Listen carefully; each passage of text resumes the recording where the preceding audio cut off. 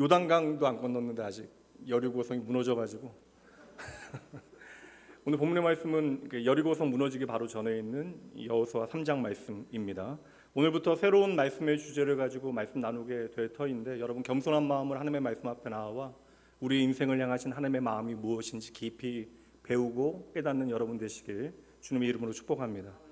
말씀의 전체 주제는 말씀을 만나 생명의 양식이 되고 이고요. 오늘은 첫 번째 시간 말씀을 들으면 이라고 하는 제목으로 하나님의 말씀 전하도록 합니다.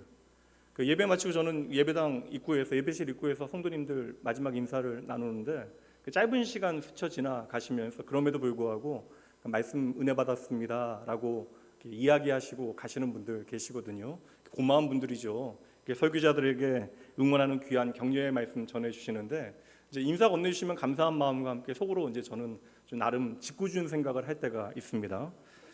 은혜를 어떻게 받으셨을까? 그리고 은혜를 받는 사람들이 있으면 왜 또 은혜를 받지 않는 사람들이 있을까? 은혜라고 하는 단어를 제가 국어사전에서 찾아보니까요, 고맙게 베풀어주는 신세나 혜택이라고 되어져 있어요. 그러니까 은혜는 사실 감정의 변화의 이야기죠. 그러니까 무언가 나에게 고마운 대상에게 내 마음을 표현하는 것이 결국 은혜가 되어지는 것입니다. 그러니까 다시 말해 은혜라고 하는 것은 어떠한 구체적인 사건과 대상이 전제되어져 있는 것이죠. 그래서 은혜는 언제나 내용이 있어야 합니다. 그러니 성도님들께서 말씀 듣고 은혜 받았다라고 이야기한다면 그 말씀을 듣는 일이 내 삶의 특별한 사건이 되어진다. 그 말씀을 듣는 것을 통하여 내 삶에 새로운 변화가 일어난다라고 하는 의미가 담기게 되어지는 것이죠. 그래서 이번에는 그 말씀을 우리가 듣게 되어지면 우리의 삶의 변화되어지는 그 변화의 이야기에 대해서 좀 여러 주제들로 꼼꼼히 한번 살펴보도록 하겠습니다. 다시 한번 보여주시면 주제가 좀 길긴 합니다. 말씀을 만나 생명의 양식이 되고. 사실 이 주제는 좀 약간의 말장난, 어찌 보면 워드플레이가 들어가 있는데, 말씀과 만나다라고 하는 것은 예수 믿는 저와 여러분만 이해할 수 있는 거예요. 말이라고 하는 것은 무생물인데 사람들의 판단에는 그 말과 만나다라는 것이 무엇일까? 이것을 우리는 인격의 만남으로 이해하고 있죠. 말씀이 곧 하나님이시고 우리는 그 말씀을 통하여 우리의 삶이 하나님이 어떠한 분인가를 전인격으로 경험하게 되어져요. 그래서 우리가 말씀을 통하여 하나님을 제대로 만나게 되어지면 우리의 삶의 여하튼 변화의 이야기가 시작되어져야 한다.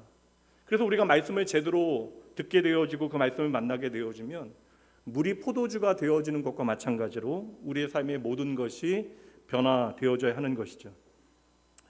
사실 이사야서 말씀 나누면서 몇 개월 전에 이번 주제를 이 말씀이라고 하는 주제로 여러분들과 함께 생각해 보면 좋겠다라는 생각을 했는데, 그 당시에 제가 정했던 주제는 말씀이 곧 이루어집니다 라고 하는 주제로 정했어요. 말씀이 곧 이루어집니다. 얼마나 선명하고 분명합니까? 단번에 이해가 되잖아요.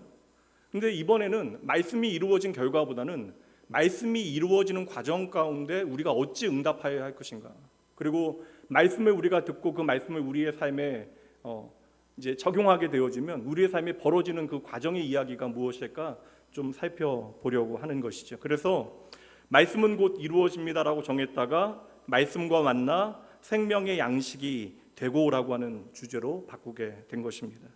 그러니까 하나님의 말씀이 오늘도 우리 안에 어떻게 역사하는가, 그 말씀이 살아서 어떻게 나를 살리는 생명의 말씀이 되어지는가.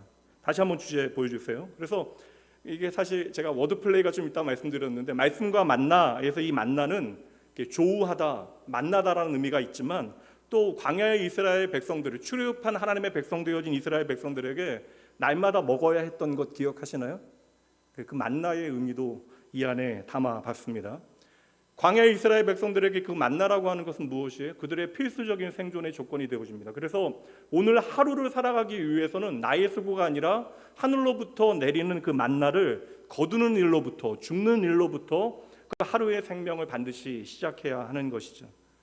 그래서 이스라엘 백성들이, 특별히 광야의 이스라엘 백성들에게 이 만나라고 하는 것은 사람이 무엇으로 먹고 살아가야 하는가라고 하는 것에 대한 분명한 답을 던져주고 있는 거예요. 그래서 그들은 만나를 매일매일 거두어 먹는 것으로 끝나는 것이 아니라 그 만나를 주신 분이 누구인가를 반드시 기억해내야 했던 것이죠. 그럴 때 그 만나는 그저 나의 하루의 삶을 책임지는 것이 아니라 나의 영원한 생명의 양식이 되어지는 것입니다. 사실 이 자리 나오신 분도 쉽지 않은 선택을 하신 거예요. 여러 가지 계획이 있을 수 있고, 날도 오늘 뭐 여전히 덥고 좀 휴가철 마지막 막바지에 우리가 있는데, 이 자리에 여러분들 마음 먹고 그래도 이 이른 아침 준비하여 예배의 자리에 나오셨잖아요. 그럼 모두가 이 자리에 나와서 나름 앉아 하나님의 말씀을 듣고 있지만, 이 모든 사람들이 하나님의 말씀과 만나는 경험을 동일하게 하지는 않는다라는 것입니다. 그러니까 우리가 말씀을 만나 하나님을 경험하지 않으면 이 말씀을 생명의 양식으로 우리가 배불리 먹지 못한다라는 것이죠. 그래서 어떤 분들은 이 말씀을 통하여 내 삶에 특별한 은혜를 경험하기도 하고, 어떤 사람들은 그 은혜를 그저 내 삶에 스쳐 지나 보내기도 하는 것이죠. 그래서 앞으로 주일 아침마다 주의 말씀이 진짜 나를 살리는 생명의 양식이 되어질 수 있는가, 다양한 인생들과 다양한 각도에서 삶의 이야기를 믿음에 비추어 보도록 하겠습니다. 오늘은 첫 시간이니까 그 기초 작업을 좀 해보도록 할게요. 그럼 말씀을 듣는다라고 하는 것이 우리의 삶에 좀 중요하다면, 이 말씀을 듣는다라고 하는 것이 우리의 삶에 어떠한 의미를 가지게 되어지는가, 그리고 말씀을 들을 때 우리의 삶에 어떠한 변화가 일어나게 되어지길래 하나님은 우리에게 계속해서 말씀을 들으라라고 이야기하시는가, 좀 본문의 말씀을 통해서 정리해 보도록 하겠습니다. 결국 우리가 믿는다라고 하는 것은 우리의 삶이 그 믿음에 이제 잇대어지는 것이죠. 그러니까 믿음이 우리의 삶의 이야기로 나타나는 것을 우리는 쉽게 신앙생활이라고 이야기합니다. 그렇다면 우리의 신앙생활이라고 하는 것은 언제나 하나님의 말씀을 중심으로 되어져야 하는 것이죠. 그래서 기독교는 말씀의 종교이다라고 하는 이유도 기독교 신앙의 가장 핵심적인 기초가 바로 말씀이 되기 때문에 그러한 것이죠. 그래서 우리의 신앙생활의 어떠한 토대는 말씀을 듣는 것으로부터 시작이 되어지는데, 문제는 무엇이냐면 모두가 다 말씀을 듣는 것이 중요하다는 사실을 알고 있음에도 불구하고 이렇게 앉아서 말씀을 듣는 행위를 나름 소극적인 행위로 받아들이게 되어지는 순간들이 많다라는 것이죠. 그래서 우리가 신앙생활하면서 많은 일을 하게 되어질 때에 말씀을 듣는 것을 에너지가 적게 드는 어떠한 쉬운 일로 생각을 하게 되어집니다. 그래서 이번 설교의 첫 주제의 출발은 정말 말씀을 듣는다라고 하는 것이 우리의 생각만큼 쉬운 일일까? 이 자리에 앉아서 한 시간을 버텨내는 것이 말씀을 듣는 일이 되어지는 것일까? 그리고 과연 이 말씀을 듣는다라고 하는 것이 우리의 삶의 소극적인 믿음의 행위가 되어지는가? 그러한 질문으로부터 말씀을 살펴보도록 하죠. 좀 심각한 얘기로 시작해 볼까요? 1990년 8월 2일 중동 이라크가 30만 대군을 이끌고 쿠웨이트를 침공하게 되어집니다. 준비되지 않은 기습적인 전쟁으로 인하여 쿠웨이트라고 하는 한 나라가 함락되어지는데 단 하루가 걸리게 되어져요. 그때에 쿠웨이트 왕과 그 내각이 전부 다 사우디아라비아로 피신하게 되어지고, 거기에 임시 정부를 세워서 서방 국가에 도움을 요청하게 되어지는데, 미국을 중심으로 36개의 나라가 바로 모여서 결의안을 채택해요. 이라크는 반드시 쿠웨이트에서 철수하여야 하되 그 즉각적 철수의 기간을 단 5개월, 1991년 1월 15일로 정하여 놓게 되어지는데, 이거 지키지 않으면 전쟁 벌어지는 것이죠. 그런데 당시 중동의 가장 막강한 군사력을 가지고 있었던 이라크는 이 쿠웨이트를 아예 19번째 주로 아예 채택하여 귀속시켜 버리게 되어집니다. 말씀드린 대로 뭐 누구도 건드리지 못하는 당시의 엄청난 군사력을 쿠웨이트가 가지고 있었습니다. 그렇게 기간이 지나게 되어지고 그 결과 1991년 1월 17일 우리가 잘 아는 여러분 일명 걸프전이라고 하는 전쟁이 발발하게 되어집니다. 전 당시가 정확하게 기억이 나거든요. 걸프전은 사실 현대전의 시작이 되어지죠. 여러분 기억하시나? 그래서 그 당시에 미국의 방송국 하나가 전 세계적인 영향력을 미치는 언론사로 이제 발돋움하게 되어지는데, CNN이라고 하는 방송사가 전쟁을 생중계하게 되어진 것이죠. 그래서 우리는 텔레비전을 통하여 전쟁의 실제 장면을 눈으로 보게 되어졌습니다. 저도 당시에 이 장면들을 본 것이 지금도 여전히 생생하게 기억이 납니다. 당시에 이라크 대통령 여러분 잊어버리셨을 수도 있는데 이름들은 바로 기억나실 거예요. 사담 후세인이었고요. 근데 당시에 그 이라크가 전쟁을 미국과 벌일 수 있었던 이유는 믿는 구석이 있었기 때문에 그래요. 당시 이라크 군대가 상비군만 100만 명입니다. 그러니까 우리나라의 상비군의 2배가 넘죠. 게다가 상비군 중에 이제 실제적으로 전쟁을 집중하여 수행할 수 있는 전문 인력 그러니까 많은 사람들이 이제 두려워했던 공화국 수비대가 있었는데 그게 10%, 10만 명이 되어졌다고 이야기를 합니다. 그러니까 이런 엄청난 군사력을 바탕으로 전쟁을 시작하게 되어졌는데 미국에서 이제 사막의 폭풍이라고 하는 작전으로 전쟁을 수행할 때에 신기하게도 단 20일 만에 100만 명의 대군이 초토화되어져 버립니다. 이게 핵심인데 그럼 어떻게 100만 명이나 되어지는 대군이 단 20일 만에 패배하게 되어졌나? 제가 오늘 이 이야기를 드린 이유가 얼마 전에 제가 책 한 권 걸프전에 대해서 일본 르포 작가가 쓴 책을 하나 읽게 되어졌는데 전쟁이 시작되어지고 20일 만에 대패하게 되어지고 40일 만에 쿠웨이트에서 완전히 철군하게 되어졌는데요. 그러니까 1차 걸프전이 끝났을 때에 이라크 군대의 사망자만 20만 명이라고 이야기합니다. 우리가 남의 일이라고 이제 그 결과를 살피지 않았는데 정말 100만 명 중에 20만 명의 군인들이 이제 죽게 되어진 것입니다. 정말 엄청나게 많이 죽었어요. 그러면 그 전쟁을 수행했던 미국 측에도 많은 피해가 있어야 되는데 이라크 군대가 한 20만 명 정도 죽었으면 미군 군대도 뭐 그에 어느 정도 비슷하게 좀 사상자가 나와야죠. 근데 당시 그 전쟁에서 사망한 사람이 150명입니다. 게다가 그 150명이 전쟁을 수행하다 죽은 게 아니라 여러분 그 당시에 뭐 패트리어트 미사일, 방공 미사일 들어보셨잖아요. 스커드 미사일이 날아오면 다 떨어뜨렸는데 그거 한두 발을 막지 못해서 그것이 터져서 자다가 죽은 군인들이 대부분입니다. 그리고 이제 공식적인 통계 결과로는 전투를 하다가 이제 전쟁 중에 실제로 전투를 수행하다가 죽게 되어진 사람은요 단 한 명이었습니다. 정말 말도 안 되는 일이 벌어진 것이죠. 여기에 우리가 좀 오늘 아침에 주목해 볼 만한 부분이 있습니다. 당시에 전쟁이 시작되어질 때 그 전쟁명이 사막의 폭풍이었는데 그 이제 책을 보니까 그 전쟁이 시작되어질 때 사전에 철저하게 준비한 것이 무엇이냐면 전쟁이 시작되어진 그 시점에 이라크 군대의 모든 유선 통신망을, 오늘 휴가 나온 아이들 많은데 유선 통신망을 다 끊어버린 거예요.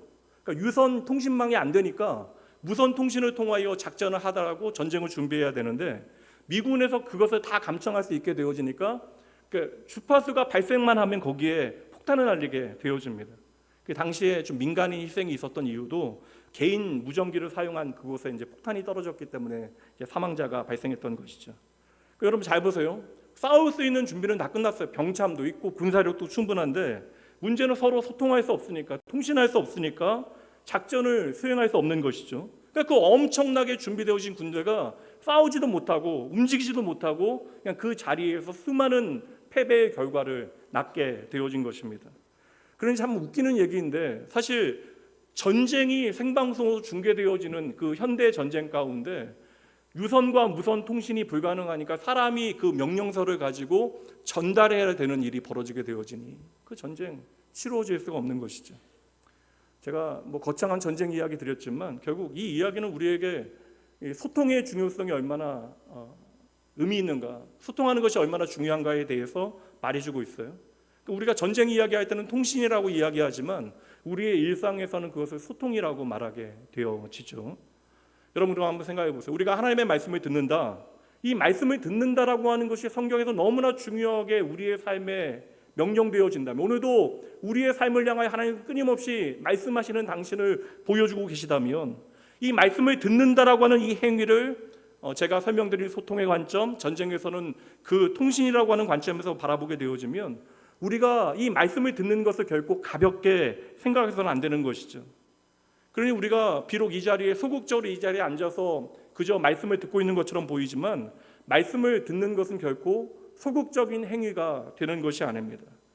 말씀을 듣는다라고 하는 것, 말씀이 내 귀에 들려진다라고 하는 것은 바로 우리가 이 시간 하나님과 연결되어졌다, 하나님과 소통하고 있다라는 것이죠. 여러분이 이제 성경을 읽게 되어지면 성경이 이제 여러분 읽을 수 있도록 장별로 구분이 되어져 있어요. 책별로, 장별로 구분이 되어져 있습니다. 여러분들 성경 읽고 공부할 수 있도록 나누어 놓은 거예요. 그리고 성경에 보면 여러분 연결되어진 이야기를 제외하고는 각 장마다 제목이 다 붙어 있습니다. 그러니까 여러분 마음만 먹으시면 언제든지 성경을 읽을 수 있다라는 거예요. 오늘 본문의 말씀이 여호수아 3장인데 여호수아 3장은 결정적인 장면이죠. 여호수아 3장은 그 이제 여리고성의 극적인 승리 앞에 우선 요단강을 건너가야 되는 중요한 장면이 이제 이 말씀에 기록되어져 있어요. 광야 40년 동안 그들의 입장에서는 고생하다가 드디어 그 최종 관문인 요단강 앞에 서 있는 것입니다. 그리고 요단강만 건너가게 되어지면 하나님께서 우리에게 약속하신 약속의 땅에 들어가게 되어져요. 좀 큰 그림을 그리면 이제 나라가 세워지는 이야기입니다. 그래서 오늘 본문의 말씀 여호수아 3장에는 아예 그 앞에 제목이 붙어 있습니다. 이스라엘 백성이 요단을 건너다. 그러니까 이 요단을 건너는 사건이 너무나 중요하기 때문에 요단을 건너는 사건을 여호수아 3장 전체에 기록하고 있다라는 것이죠. 그리고 이 과정은 사실 여리고 성과의 전쟁보다도 더 세밀하게 말씀이 자세히 펼쳐지고 있는데, 우리가 생각하기엔 요단을 건넌다라고 하는 것은 그냥 강 하나를 건너는 것처럼 생각할 수 있지만 이스라엘 백성들에게 이것은 정말 역사적인 대전환점을 갖게 되어지는 너무나 중요한 국가적인 이벤트를 앞두고 있는 거예요. 그래서 지금 이 여호수아 3장 전체에 이 사건을 자세히 기록해 놓은 것이죠. 강을 건너가야 되는데 이 일이 좀 녹록치 않아요. 만만치 않습니다. 근데 이들이 홀로 강을 건너갈 수 없으니 하나님께서 이 일에 적극적으로 개입을 하시는데, 강을 어떻게 건널 것인가, 어떤 준비를 하여야 하는가에 대해서 직접 자세히 알려주시면서 가장 먼저 첫 번째 명령하신 것이 언약궤를 앞세우라라고 하는 말씀을 주시는 거예요. 근데 사실 이거 이상하지 않잖아요. 오늘날 저와 여러분의 신앙의 기준으로 생각하면 뭐 충분히 그럴 수 있겠다. 하나님의 임재, 하나님의 말씀을 상징하는 언약궤를 앞에 두라라고 하는 것은 우리에게 전혀 이상하지 않은 일인데, 문제는 40년 동안 광야를 지나왔던 이스라엘 백성들에게 상당히 낯설고 이상한 명령일 수 있다는 것이죠. 왜냐하면 지난 40년 동안 그 언약궤는 어디에 있었어요, 여러분? 언약궤는 그들의 중심에 있었잖아요. 언제나 그들의 삶의 그 삶의 살아가는 삶의 지경의 중앙의 그 센터에 언약궤가 40년 동안 위치했습니다.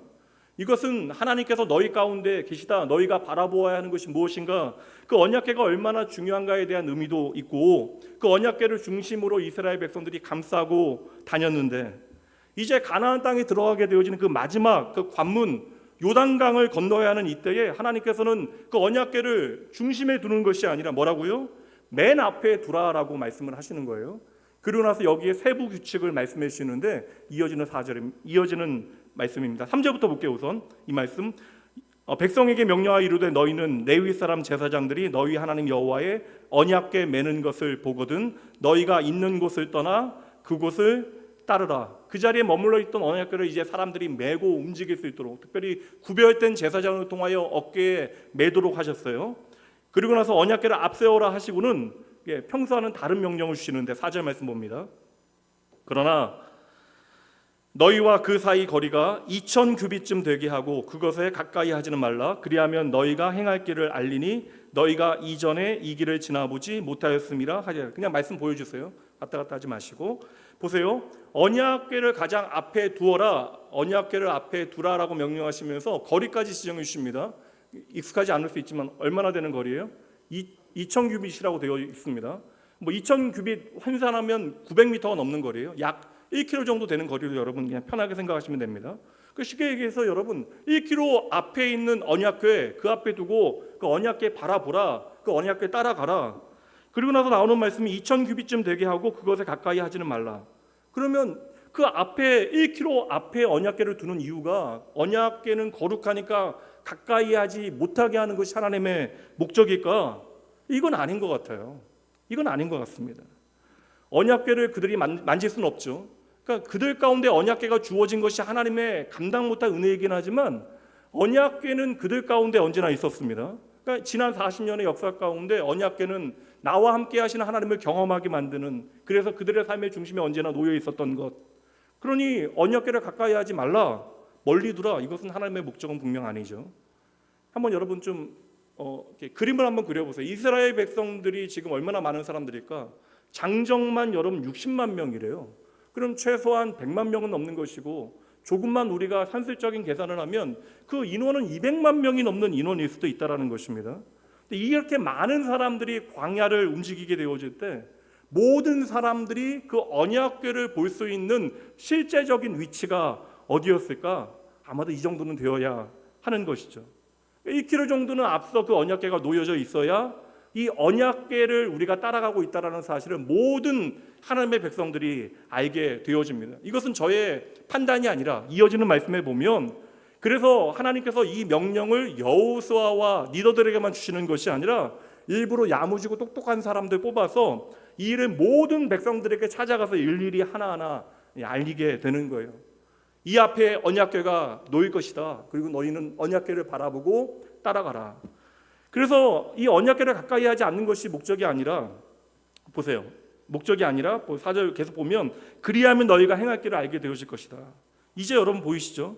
그러니까 언약궤 보이면 너희가 그거 따라가면 된다. 왜냐하면 그 길은 이전에 지나보지 못한 길이기 때문에. 하나님께서는 저와 여러분의 마음을 너무나 잘 아시잖아요. 너무나 세심하시잖아요. 충분히 하나님의 백성으로 지난 40년을 살아왔지만 그 마음이 불안할 수 있다는 사실을 하나님께서 너무나 잘 알고 계십니다. 그냥 한 번도 가지 못한 그 두려운 길, 이 무서운 길 어떻게 가라라고 말씀하시는 거예요. 사실 여호수아는 처음부터 리더가 세워지지만 두려워하는 여호수아를 하나님께서 어떻게 리더로 만들어 가시는가에 대한 이야기로부터 출발되어지잖아요. 지금 불안하고 두려운 이스라엘 백성들 어떻게 가라라는 거예요. 내가 너와 함께한다라고 하는 그 상징이 되어지는 언약궤를 앞장 세우고 너희가 가라. 이거 하나님의 명령이지만 저는 하나님의 배려이고 하나님의 무한한 사랑이라고 보여지거든요. 약속의 땅으로 너희가 들어가게 되어질 때 너희들 두렵게 만드는 너무나 많은 것들이 있겠지만 내가 너희들 책임지고 너희들 인도하겠다. 그러니 복잡하고 어렵게 생각하지 말고 너희의 상식과 경험을 통하여 판단하지 말고 내가 너희를 인도하는 대로 너희는 따라오기만 하면 된다. 내가 생각해서 두려워지고 넘어지게 되어지는 그 길, 그래서 좌절하지 아니하도록 한 번도 가보지 않은 불안하고 두려운 길, 하나님께서 친히 그 앞장서셔서 주의 말씀을 통하여 그들의 삶을 인도하시겠다라고 약속해 주시는 것이죠. 저는 그냥 쉽게 생각해요. 하나님의 명령 따르기 어려운 순간들도 있는데 여러분, 하나님의 명령은 저와 여러분 잘 되게 하시는 하나님의 은혜로운 부르심이 되어집니다. 여러분, 이게 과연 따를 만한가 따르지 않을 만한가를 우리가 판단하는 것이 아니라 여러분, 하나님의 명령 앞에 그 하나님이 나에게 얼마나 신실하고 좋은 분인가를 믿어드리는 것이 믿음의 실제적인 이야기가 되어지는 것이죠. 그래도 여러분, 이 말씀은 우리가 좀 이해가 되는데 그 다음 말씀이 문제예요. 두 번째가 이해가 되지 아니합니다. 언약궤를 앞장 세웠으면 어떻게 해야 돼요? 앞장 세워 언약궤를 그 앞에 두었으면 이제 언약궤를 잘 따라가면 되는 것인데, 줄 서서 언약궤를 잘 따라가라 말씀하시면 되는데 그 사이에 전혀 다른 명령을 하나님께서 하십니다.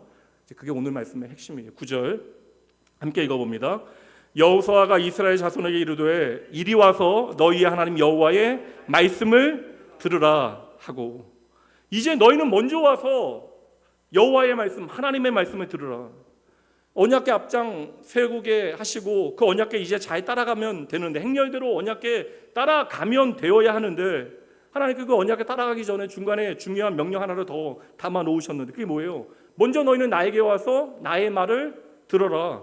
이 들으라라는 단어가 유명한 단어예요. 여러분 아마 좀 교회, 죄송합니다, 짬바위 되신 분들은 이 단어 아실 거예요. 쉐마라고 하는 단어입니다. 신명기 6장에 나오고 11장에 나오고 민수기 15장에 나오고, 이거 이스라엘 백성들의 정체성이 되어지는 것이거든요. 우리가 바로 하나님의 말씀을 듣는 백성입니다. 구약의 히브리어 중에서 그냥 히브리어 단어 그대로 사용되는 단어들이 있어요. 여러분 알만한 단어는 아멘이라고 하는 단어, 샬롬이라고 하는 단어. 이 단어를 그대로 사용하는 이유는 무엇이냐면 이 단어가 바로 저와 여러분의 정체성, 우리의 신앙의 방향을 보여주고 있기 때문에 그러합니다. 이 들으라 쉐마도 마찬가지예요. 우리의 신앙이 어떻게 존재하고 오늘 우리가 어떻게 나에 대하여 우리가 이해하고 살아가야 하는가, 그 중요한 인생의 방향을 보여주는 단어가 바로 이 쉐마입니다. 그래서 기독교 신앙에서 너무나 중요한 단어가 되어지는 거예요. 여러분 생각해 보세요. 지금 이스라엘 백성도 너무나 중요한 순간에 서 있습니다. 광야 40년의 그 모든 세월의 마지막에 지금 전혀 모르고 내가 퍼즐을 맞추기 시작했는데 이제 마지막 조각 하나를 들고 있는 거예요. 이 조각 하나만 맞추면 모든 것이 완성이 되어집니다. 그리고 이 마지막 조각을 맞출 수 있는 방법도 하나님께서 알려주신 거예요. 그래서 제사장들이 지금 언약궤를 메고 서 있습니다. 그 뒤를 따라가면 됩니다. 근데 그 순간 하나님께서는 그들에게 스탑 사인을 드시고 쉐마, 너희는 먼저 와서 들으라 말씀하시는 것이죠. 왜요, 여러분? 왜요? 정말 중요한 일을 해야 되는데, 이건 반드시 우리가 해야 되는 일이고 하나님께서는 나로 하여금 이 일을 감당하게 하시겠다라고 약속하신 말씀인데, 내 인생에 있어서 이것은 반드시 먼저 해결해야 되는 선결적인 과제가 되어지는데 왜 그러한 중요한 일을 앞두고 하나님께서는 먼저 너희는 나에게 와서 들으라 말씀하시는 걸까?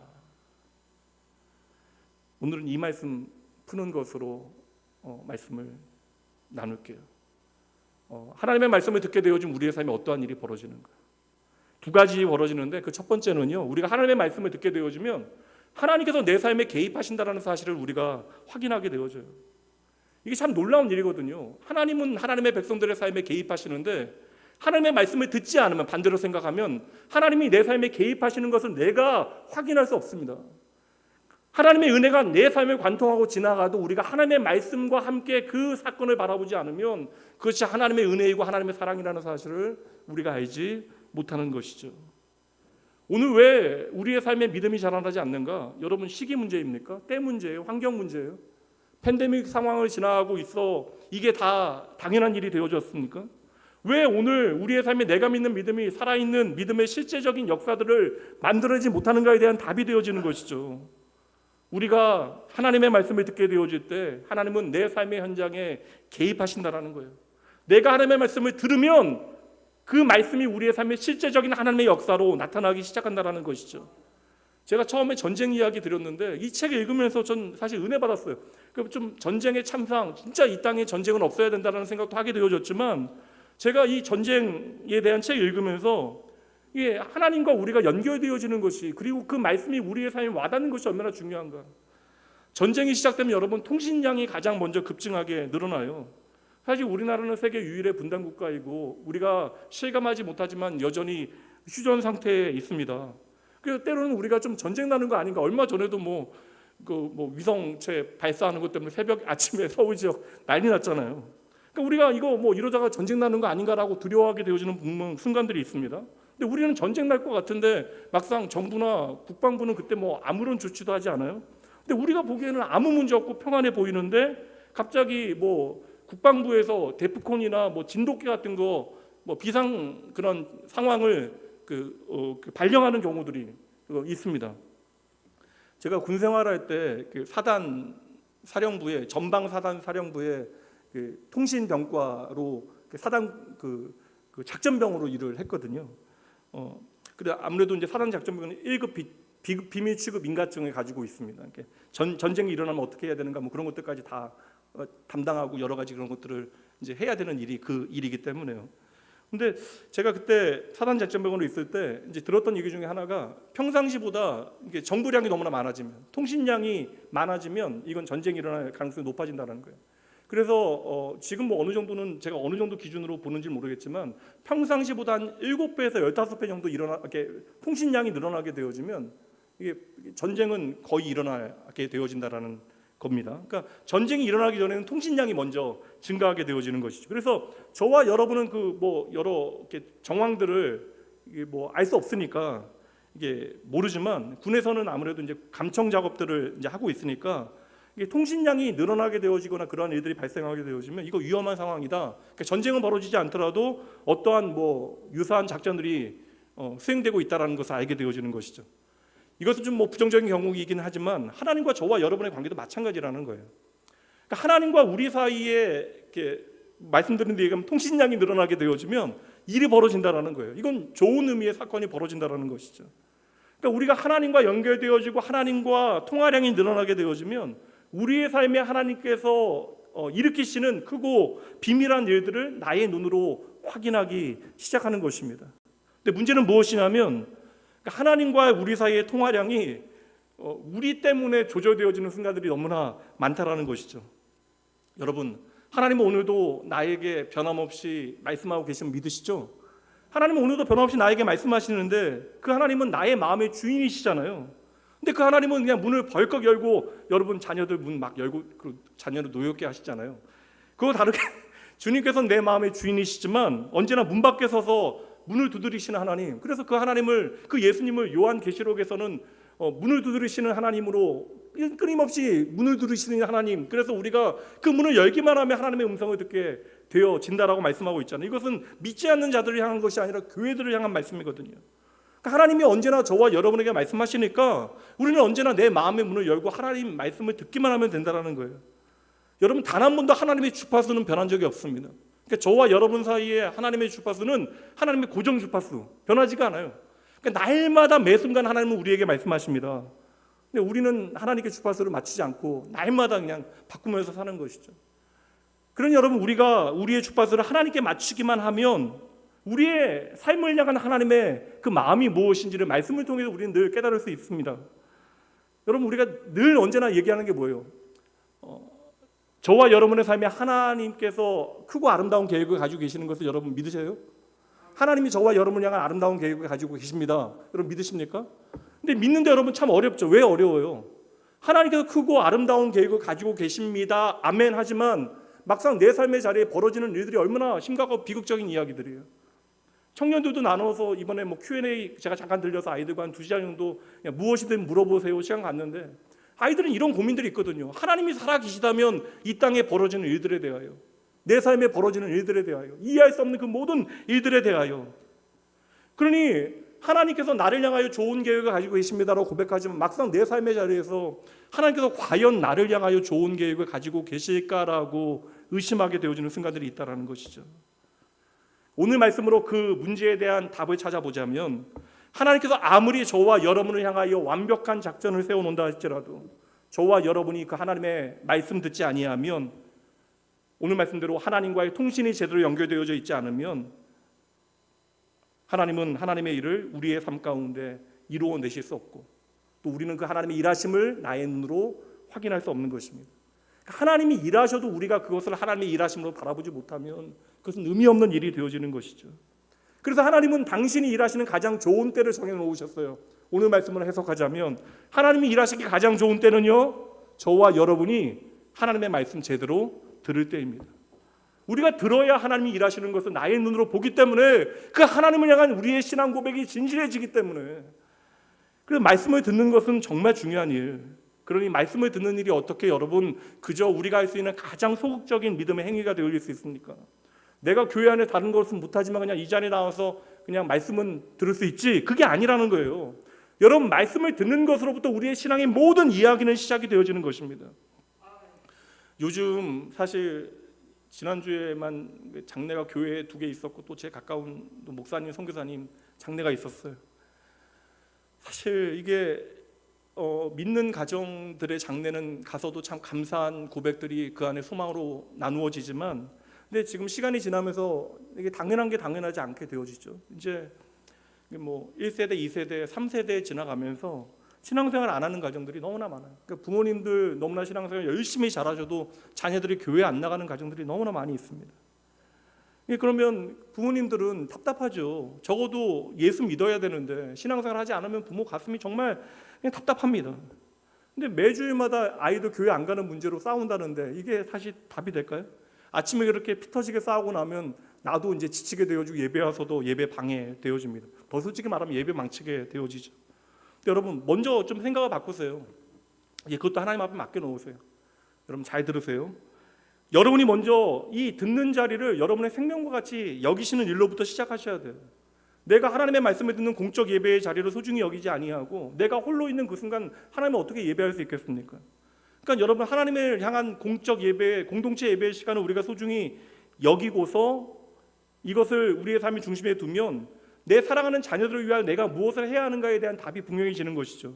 다시 말하면 하나님의 말씀을 듣는 자리에 나도 제대로 나오지 아니하고 이거 대충 들으면서 내 자녀가 신앙생활을 잘하기를 바라는 것은 헛된 욕심이 되어지는 것입니다. 제가 청년 사역하면서 정말 수천 명 아이들 봤잖아요. 아이들의 생각보다 예수 믿는 부모 아래에서 자라면서 부모님이 믿지 않는 부모님들보다 그래도 우리 부모님이 낫다라고 하는 생각하는 아이들 많지만, 막상 교회에서 보여지는 부모님 모습과 교회 밖에서 가정에서 보여지는 부모님 그러한 이야기들의 신앙의 가치가 흔들리게 되어지는 상처받는 이야기들을 수도 없이 들었습니다. 저는 이해해요. 당장 자녀의 눈앞에 있는 그 현실의 문제를 둘 때 부모들의 마음이 약해지는 순간이 언젠가를 보게 되어집니다. 그러니까 부모들이 먼저 그 예배의 자리, 그 말씀을 듣는 자리를 소중히 여기셔야 하는 것이죠. 그래서 저는 뭐 주일 성수에 대한 이야기, 뭐 코로나 팬데믹 이후에 어떤 뭐 공중 예배, 이 회중 예배에 대한 이야기 별로 안 드리는 거예요. 여러분, 이거 우리가 너무나 기초적인 얘기예요. 휴가가 마무리되어져 가고 있습니다. 저는 그 생각해요. 휴가 가신 분들 지금도 많이 있거든요. 저한테 이제 전화 주시고 휴가 가신 분들, 또 안 그런 분들, 교구에 알리신 분들, 그렇지 않은 분들 계십니다. 이거 말씀드리면서 좀 조심스럽긴 한데 주일날 좀 껴서 갈 수도 있다라는 생각도 들어요. 근데 여러분 중요한 것은 휴가 가서도 여러분 예배하셔야죠. 자녀들과 같이 예배 가서 휴가 가서 그곳에서 예배드리지 않으면 주일날 자녀들이 보잖아요. 그러니까 선택의 여지가 있는 거예요. 도리어 그 자리에서 내가 얼마나 하나님 예배하는 것을 소중히 여기는 것을 증명해 내시면 사랑하는 자녀들에게 그 예배가 어떠한 가치인가를 보여주게 되어지는 것이죠. 여러분 교회에 이제 안 나오기 시작한 아이들 몇 년씩 안 나온 아이들이 있어요. 아이들이 나가겠다라고 결심해도 이제 안 돼요. 여러분 하나님께서 물론 강권적으로 그 마음 주장하시면 되겠지만 쉽지 않아요. 한 주 나와도 그 다음 주 또 안 나옵니다. 왜냐하면 몸이 안 움직여요. 이거 주일 아침에 여러분 싸워서 설득할 문제가 아니라는 것이에요. 그러니까 모든 변화의 시작은 여러분 다시 말씀드릴게요. 다 제쳐놓고 하나님의 말씀을 듣는 것으로부터 여러분 시작하셔야 합니다. 여러분 먼저 하나님과의 그 통신량이 통화량이 많아지게 되어지면 내 삶에 개입하시는 하나님 그리고 내 자녀의 삶에 개입하시는 하나님을 내가 믿고 내가 할 수 있는 준비가 무엇인지를 깨닫게 되어지는 것이죠. 그럼 여러분 예배의 자리에 나와서 말씀 듣는 것 나의 가장 작은 에너지를 하나님 앞에 드리는 것이 아닙니다. 모든 중요한 일은 바로 이 자리로부터 시작이 되어지는 거예요. 내가 홀로 있는 그 순간 제가 청년들한테도 이야기했어요. 내가 홀로 있는 시간에 하나님 온전히 예배하기 원한다면 함께 예배하는 이 자리를 소중히 여겨야 한다. 여러분 하나님의 말씀을 듣는 그 자리로부터 우리는 우리의 인생에 개입하신 하나님을 제대로 보게 되어집니다. 이전에 우리가 이사야서 말씀 함께 살폈잖아요. 이사야 시대는 어떠한 시대? 오늘과 똑같은 시대예요. 말로만 신앙생활하는 시대, 말로만 신앙생활하던 시대, 한없이 신앙 고백이 가벼워진 시대, 그래서 하나님의 말씀을 더 이상 듣지 않았던 시대, 하나님과의 통신이 완전히 단절되어진 시대, 오늘과 똑같잖아요. 물질주의와 포스트 모더니즘, 기독교의 가치가 무너지고 있는 것처럼 보여지는 이 시대. 근데 여러분 이사야서의 시작이 어떠한 말씀으로 시작되어져요? 모든 백성들이 하나님 말씀 더 이상 듣지 아니하는데 이사야 선지자가 하나님 앞에 엎드려 하나님의 말씀을 듣는 것으로부터 시작이 되어지는 거예요. 그러니까 우리의 신앙이라고 하는 것은 결국 우리의 행함과 순종을 통하여 증명할 수는 있지만 성경은 그래서 행하라라고 하는 명령이 아니라 들으라고 하는 말씀이 우리의 삶에 더 많이 주어지고 있는 거예요. 우리의 신앙은 결국 듣는 것으로부터 출발해야 하는 것입니다. 듣고 우리가 하나님의 마음 깨달아야 하나님의 마음 알아야 우리가 하나님의 말씀대로 그 작전 우리의 삶에 수행할 수 있게 되어지는 것이죠. 다시 말씀드릴게요. 신앙의 기초는 하나님의 말씀을 듣는 것으로부터 시작이 되어집니다. 그러니까 오늘 내 귀에 하나님의 말씀이 들려진다는 것이 얼마나 놀라운 은혜예요. 우리가 잘 들으면 우리의 삶에 여러분 하나님이 어떠한 일을 행하시는지 어떠한 일로 우리의 삶에 개입하시는지 그것을 보게 되어지는 거예요. 크로노스의 시간 가운데 하나님께서 침투에 들어오시는 카이로스의 시간을 보게 만드는 방법은 바로 하나님의 말씀을 듣는 것입니다. 이게 첫 번째 말씀을 들을 때 일어나는 일. 두 번째 우리가 말씀을 들을 때 어떠한 일이 일어나는가? 여러분 말씀 들으면요 말씀에 순종할 만한 용기가 우리에게 주어지는 거예요. 순종이 쉽던가요? 목사인 저도 생각해보면 하나님의 말씀대로 순종하는 건 너무나 어려워요. 왜냐하면 그것은 나의 상식과 경험을 뛰어넘는 일이 되어지기 때문에 어찌 보면 순종하는 일은 불가능한 일과 같이 여겨집니다. 그래서 저는 거듭 말씀드립니다. 믿음은요 우리가 무언가를 하는 일의 문제가 아니에요. 하나님을 향한 우리의 참된 믿음의 고백으로 어떠한 일을 감사함으로 행하게 되어지는 것 귀한 일입니다. 그러나 믿음은 어떠한 일을 행하는가의 문제가 아니라 우리가 오늘도 얼마나 하나님을 신뢰할 수 있는가, 그 하나님을 얼마나 우리가 믿음으로 바라볼 수 있는가의 문제가 되어지는 것이죠. 그래서 하나님께서는 저와 여러분 사랑하시어 자라나게 하시는 것이 목적이잖아요. 그러니 때로는 우리의 삶에 믿음의 테스트를 하시는데 그것은 여러분 당연히 시험이니까 자라나게 하시는 것이 목적이니까 우리의 상식과 경험과 기질과는 때로는 다른 요구를 하게 되시는 것이죠. 요즘식으로 이야기하면 내 기질과 다른 내 MBTI와 다른 내 MBTI대로 이야기한다면 결코 순종할 수 없는 말씀들을 하나님께서 우리의 삶에 던져 놓으시는 것입니다.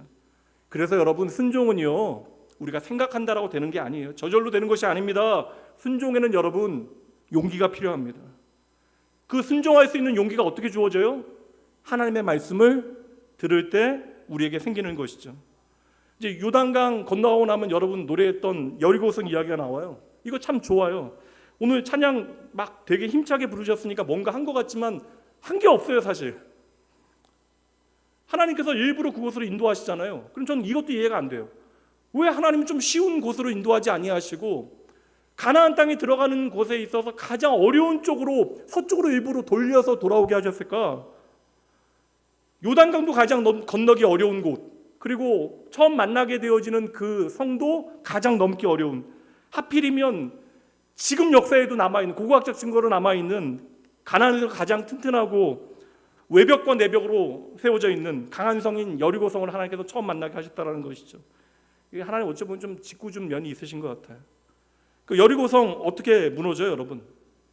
복잡해 보이지만 하나님 말씀하시고 그 말씀 순종했더니 여리고성이 무너집니다.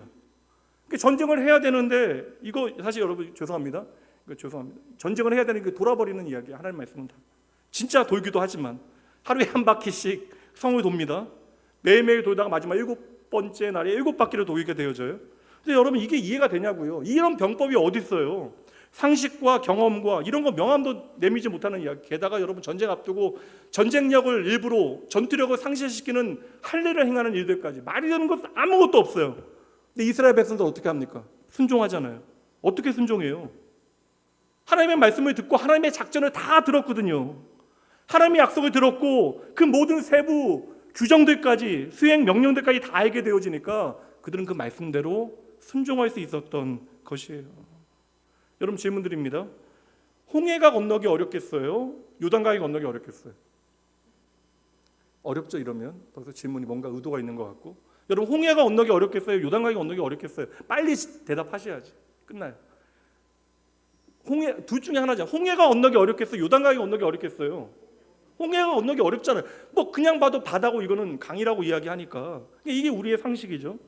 근데 사실 여러분 믿음의 원리 가운데 보면요, 홍해보다 요단강이 건너기가 훨씬 더 어려워요. 그러니까 이 홍해를 건너고 요단강을 건너는 그 사건 사이에서는 40년 동안의 그 믿음의 여정의 결과로 홍해를 건넌 이스라엘 백성들이 요단강을 건너게 되어지는 거예요. 40년의 차이가 있는 거예요. 여러분 잘 보세요. 홍해는요 어떻게 건너요? 그냥 불평하고 하나님 왜 우리를 구원하셨습니까? 그들이 그냥 불평하고 소리 지르고 아우성치고 있는데 하나님은 그때 일하신 거예요. 우리는 불평하고 있는데 하나님은 밤새 어떻게 하셨어요? 바람 불게 하셔서 홍해를 갈라놓으셨어요. 그러니까 불평하다가 엉겹결에 홍해를 건너요. 제 얘기 틀려요? 그러니까 갈라진 거 보고 그냥 따라간다고요. 홍해는. 그런데 여리고서 이 요단은 어떻게 돼요? 요단에 물이 창이라여 넘치되고 있을 그때에 뭐라고 이야기해요? 하나님께서 너희가 가서 먼저 발을 집어 넣어라. 이거 다른 문제라고요. 그러니까 홍해는 그냥 건너면 되는데 요단강은 여러분 듣고 믿고 건너야 돼. 믿음이 없으면 절대 그 흐르는 강물에 발을 집어넣을 수 없는 것이죠. 그런데 그 명령에 순종했다고요. 왜요? 40년의 삶 가운데 하나님의 말씀에 순종할 때 주어지는 은혜가 무엇인지를 그들이 배워 알았기에 이해되지 않는 말씀이 주어졌지만 그 말씀에 있는 그대로 순종합니다. 13절 온 땅의 주 여호와의 궤를 맨 제사장들의 발바닥이 요단물을 밟고 멈추면 요단물 위로부터 흘러내리는 물이 끊어지고 한 곳에 쌓여 서리라. 하나님께서 다 말씀해 주시잖아요. 여호수아와 모든 이스라엘 백성들은 그 작전을 들었기 때문에 여러분 용기를 내요. 두렵지 않다라는 게 아니에요. 두려워요. 두렵지만 용기를 내요. 그 하나님 신뢰하고 그 말씀에 순종할 수 있었던 것입니다. 그래서 저는 홍해와 이 요단 사이에는 믿음의 간극이 있다라고 생각을 하는 것이죠. 우리가 홍해에 서 있던 이스라엘 백성이라면 요단에 서 있는 이스라엘 백성들 같이 자라나야 한다라는 거예요. 보여주지 않으면, 앞서서 갈라놓지 않으면 절대 움직이지 않았던 홍해 앞에 서 있는 이스라엘 백성들이 이제 40년의 세월 가운데 하나님을 경험하게 되어지니까 말씀 듣고 말씀에 순종하여 그 요단을 건너게 되어지는 것이죠. 다 알고 있는데 오늘도 저와 여러분은 하나님과 밀당을 합니다. 하나님 여하튼 먼저 좀 갈라주시면 저희가 건널게요. 하나님은 먼저 가. 그럼 내가 너에게 길을 보여줄게. 여러분 하나님께는요 홍해를 건너건 요단을 건너건 중요한 문제 아닙니다. 큰일 아니에요. 이 모든 사건을 통하여 하나님께서는 당신의 백성들을 당신의 백성답게 만드시려는 것이죠. 그러니 오늘도 당신의 기르시는 백성 되어진 자녀 되어진 저와 여러분이 하루하루 건강하게 자라나기를 하나님께서 원하시는 거예요. 하나님께서 하나님 주신 생명을 우리 가운데 풍성히 하기를 원하시는 것입니다. 여러분, 저는 그런 부모의 안타까움을 많이 봤거든요. 자라나야 되는데 자라나지 않는 자녀들을 향한 부모의 그 무너지는 심정을 여러분 아시잖아요. 오늘도 하나님의 자녀된 저와 여러분의 삶에 하나님 찾아오셔서 말씀하십니다. 그것은 바로 우리가 그 말씀 듣고 순종하는 것만큼 자라나게 되기 때문에 그러한 것이죠. 그리고 오늘 우리가 하나님의 말씀 제대로 듣고 눈으로 보기 전에 흐르는 강물에 발을 집어넣게 되어지면 우리는 반드시 요단 물이 갈라지는 것을 보게 되어질 것입니다. 이제 말씀을 좀 정리해 볼게요. 이 모든 일은 어디서부터 출발을 하는 거예요? 이 모든 것은 어디서 시작되어집니까? 단순해요. 단순한 원리 한 가지를 우리에게 보여줍니다. 하나님의 말씀을 들을 때 시작이 되어진대요. 이 말씀 함께 읽으면 좋을 것 같아요. 바울 사도가 우리의 믿음의 길이 무엇인지를 설명합니다. 로마서 10장 17절 함께 읽습니다. 그러므로 믿음은 들음에서 나며 들음은 그리스도의 말씀으로 말미암았다. 아멘, 아멘. 믿음은 들음에서 여러분 시작되어진대요. 그럼 들으셔야죠. 여러분 말씀을 들을 때 믿음이 우리 안에 시작되어지고 그 말씀을 믿고 순종할 때 하나님의 말씀이 우리의 삶에 이루어지는 것을 우리는 보게 되어지는 것입니다. 극단적으로 반대로 이야기하면 우리가 우리가 듣지 않으면 믿지 않는 거예요. 듣지 않으면 우리는 믿지 않는 것입니다. 하나님은 오늘도 저와 여러분의 삶에 아름다운 일을 행하시기 위하여 우리를 위한 때를 기다리고 계세요. 그때는 바로 우리가 하나님의 말씀을 들을 때입니다. 저는 성도님들 찬양할 때 물론 찬양할 때 하나님만 바라봐야 되지만 앞에 서 있으면 성도님들 들어오는 얼굴들이 보이거든요. 이번 주에도 중요한 수술 앞두고 있는 분, 또 수술 끝나고 회복하고 계시는 분들, 또 여러 경제적인 문제로 어려움 있는 분들, 또 이제 자녀 곧 출산하게 되어지는 가정도 2가정이나 있고 이런저런 이야기들을 제가 알게 되어지니까 이게 믿음을 우리의 삶으로 살아내는 것이 생각보다도 훨씬 더 어려운 일이다. 결국 인생이라고 하는 것은 한 번도 가보지 않는 길을 걷는 것인데 사실 우리가 팬데믹 이후로는 전혀 예상치 못한 변화의 길을 우리가 오늘 걸어가고 있잖아요. 오늘 요단강 앞에 서 있는 이스라엘 백성들처럼 우리는 이전에 누구도 가보지 못한 길을 오늘 걸어가고 있는 거예요. 두려워요, 무서워요, 외로워요, 고통스럽습니다. 당연한 거예요. 그래서 저와 여러분은 오늘도 하나님이 필요한 거예요. 그리고 그 하나님께서는 오늘도 저와 여러분에게 찾아와 먼저 나에게 와서 내 말 좀 들어보렴. 그때 네가 갈 길을 내가 보여주겠다 말씀해 주시는 것이죠. 이 말씀은 명령이 아니에요. 홀로 책임져야 되는 그 수고하고 무거운 인생을 당신께로 부르시어 당신께서 친히 개입하시고 인도하시는 삶을 살아가도록 은혜를 베푸시는 것이죠. 그래서 주의 말씀은 우리의 생명입니다. 그러니 여러분 이 말씀을 듣는 것을 가볍게 생각하지 마세요. 이거 엄청난 일이에요. 하나님의 말씀이 내 귀에 들려지는 것이 엄청난 축복이 되어지는 것입니다. 그러니 오늘 여러분이 하나님의 말씀을 나의 말씀으로 들으신다면 이 순간이 바로 하나님께서 내 삶에 개입하시는 첫 번째 출발점이 되어질 것입니다. 오늘 마지막 결론의 말씀 여호수아 3장 우리가 살폈으니까 마지막 말씀 한번 볼만 하죠. 3장 17절 말씀 봅니다. 여호와의 언약궤를 맨 제사장들은 요단 가운데 마른 땅에 굳게 섰고 그 모든 백성이 요단을 건너기를 마칠 때까지 모든 이스라엘은 그 마른 땅으로 건너갔더라. 흐르는 물이 멈췄습니다. 그리고 강바닥은 물온대소하고 노약자, 어린아이들 누구나 건너갈 수 있도록 마른 땅이 하나님께서 되게 하신 거예요. 그리고 모든 이스라엘 백성들은 하나하나 그 마른 땅을 건너가고 있어요. 단 한 번도 가보지 못한 그 길 하나님의 선하신 인도하심으로 안전하게 그곳을 건넜던 것이죠. 이보다 더 멋지고 아름다운 결론이 어디 있어요? 이것은 성경에 기록된 그저 과거의 이야기가 아니라 오늘도 우리의 삶에 벌어지고 있는 하나님의 놀라운 은혜의 스토리가 되어질 것입니다.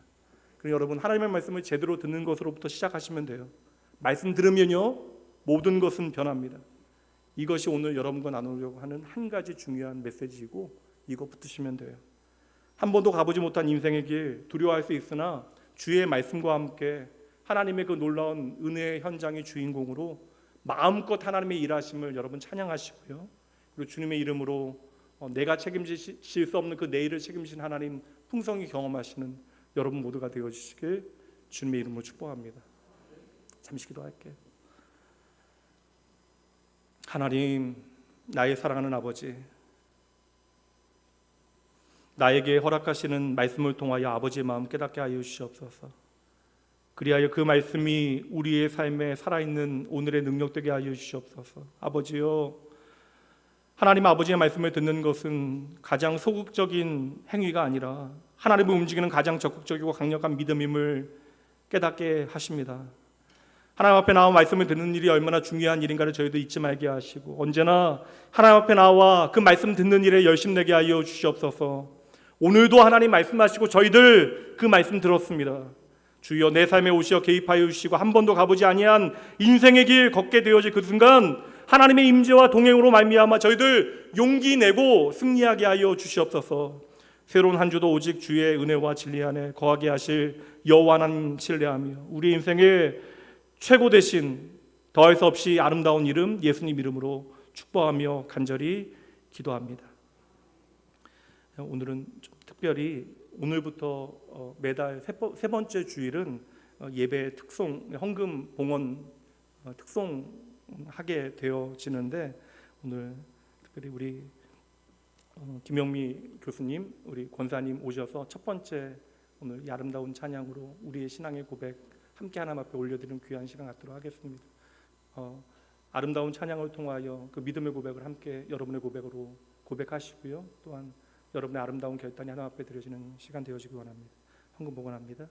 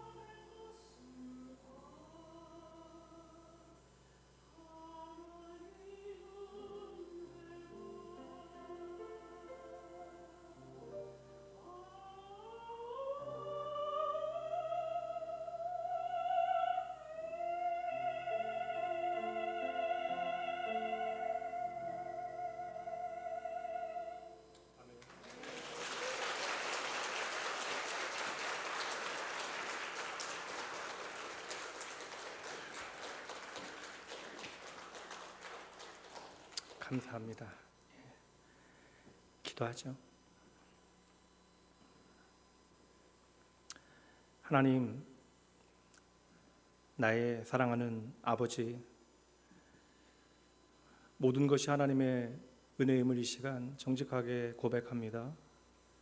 이 시간 하나님의 영이신 성령 하나님께서 저희들과 함께 하심을 믿기에 오직 주의 이름을 부르는 자와 함께 하시는 주님만을 의지하며 날마다 주님 앞에서 살아가게 하시는 하나님만을 아버지 마음 다해 찬양합니다. 저희 모든 그 믿음의 고백이 모두 하나님의 기쁨 되어질 수 있도록 정직한 삶의 고백이 하나님 앞에 드려지게 하시고, 이 시간 주님 앞에 나올 때 저희들 하나님의 그 사랑과 은혜에 대한 감사함으로 마음과 삶과 그 모든 인생의 고백이 담긴 이 헌금드리오니, 하나님, 물질이 나의 삶을 주도하는 것이 아니라 바로 하나님께서 나를 살게 하심을 기억하고 하나님 앞에 믿음의 삶을 살아낼 수 있도록 주여 저희의 삶을 주장하여 주시옵소서. 오늘 이 예배를 섬겨준 모든 믿음의 사람들 기억하시고, 오늘 성가대 그리고 우리 귀한 권사님 통하여 우리가 듣고 아버지여 감사하는 이 고백의 내용이 이제는 우리의 삶에 고백되어질 수 있도록 주여 친히 일하여 주시옵소서.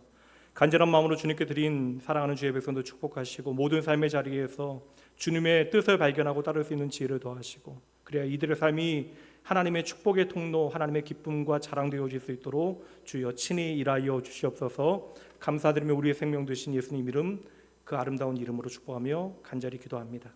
아멘. 다 같이 자리에서 일어나셔서 우리 믿음의 가족들 함께 축복하신 후에 축도하심으로 예배 마치도록 합니다.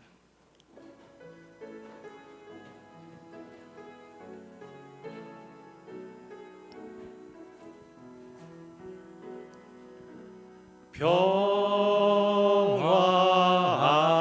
하나님의 평강이 당신의 삶에 넘쳐나기를.